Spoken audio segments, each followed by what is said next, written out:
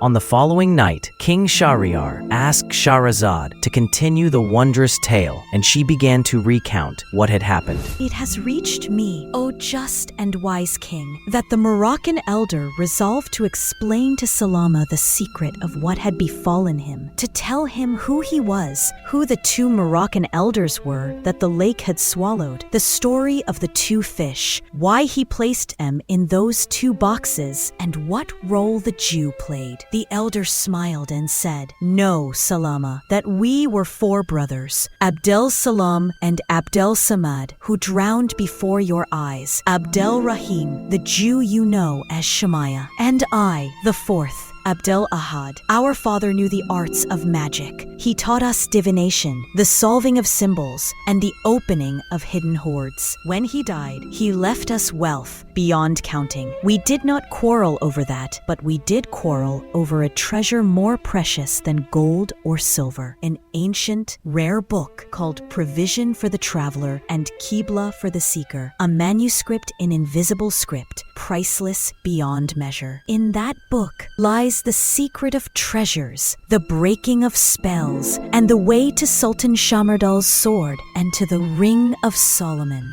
Rub it, and a servant of the jinn appears and fulfills the impossible at once. We took our dispute to our great master, the high priest. He received us with a strange look and said, "My sons, this book is not yours. It is destined to be opened by a single youth of human lineage from the land of the Nile. He alone can open the treasure, draw the sword from Sultan Shamardal's hand while he sleeps unsuspecting, take the ring from his finger, speak to the servant, and be obeyed." We asked, "And who is this youth?" He said, "His name is Salama, son of Salam. His mother is Fatima, from the land of Al-Buhaira, a simple fisherman. Unaware, he is fated to unlock the treasures of time." At that, Abdel Salam, Abdel Samad, and I agreed to come to you and prepare your path. Abdel Rahim refused and said, "I will enter his country in the guise of a Jew, call myself Shemaiah, and watch over what I can from afar." Thus we watched you, my brothers and I, testing your patience until the appointed day came, our chance to seize the two red fish for which my brothers gave their lives. Salama asked, "What is the story of these two fish? Why were they worth your brothers' lives?" He answered, "The two red fish in these boxes are not fish at all. They are Prince Anbar and Prince Shanbar, sons of the Red King, enchanted in the lake of coral in the land of Canaan. We had to obtain them, for the spell cannot be broken, the treasure opened, nor the king's sword and ring claimed except through them. Today, Salama, was the fixed day, the last chance to capture the two fish, and now we have them. For you, the time has come for oath and covenant, for summoning the servants, to compel the princes to reveal the treasure's secret." Salama said, "And how do I summon the servants to force the princes to speak?" Elder Abdel Ahad replied, "Before he died, my father left a trust, this book. He said, if the youth appears, succeeds in the catch, and the decisive hour arrives, then he shall take the book. With it, he can command the servants and open the secret." Salama found himself before a fate with no escape. He could either believe or run, but when he saw the two boxes tremble, the fire kindle, and the scent of incense fill the air, curiosity seized him. Why not try, he thought. I'll see it through to the end. The elder handed him a pouch of 1,000 dinars and said, "Return to your mother, give her the money, bid her farewell, then come back to me. Our rendezvous is at sunset. Our destination is Fez and Meknes, the land of the treasure and the key." Salama returned to his mother and brother, took his leave, then came back to the Moroccan elder and mounted a mule he had prepared, heading into the unknown. 6 months passed, during which the elder trained Salama until the awaited day arrived. On that day, they went together into the heart of the desert. They raised a crimson tent, spread cushions and bolsters. The elder brought the 2 pots holding the fish, cast incense upon it, and began to murmur spells and incantations. أشتات أشتوت اشتحت انطحت.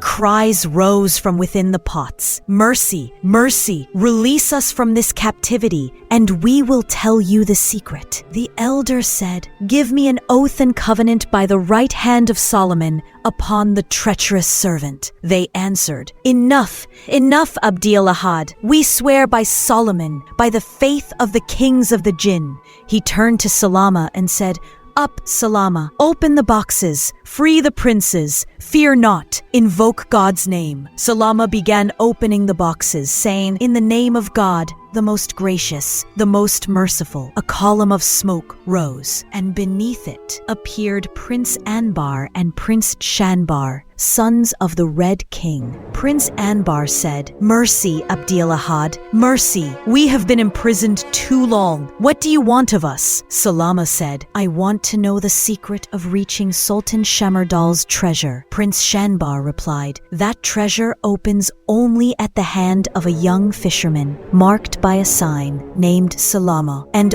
only in the land of Canaan. Salama said, I am Salama. My father is Salam, and my mother is Fatima. They said, and where is the sign? He bared his arm, and the birthmark appeared. Prince Anbar said, Salama, son of Salam, congratulations on what you've been given. Hear the counsel of the treasure. Before you are 3 gates. The first has 2 rings. Knock twice. A warrior will appear and say, if you are Salama, son of Salam, offer your neck to the sword. The second has 3 rings. Knock 3 times. A fierce lion will emerge and say, if you are truly bold, step forward. Brave one. The third has 4 rings. Knock 4 times.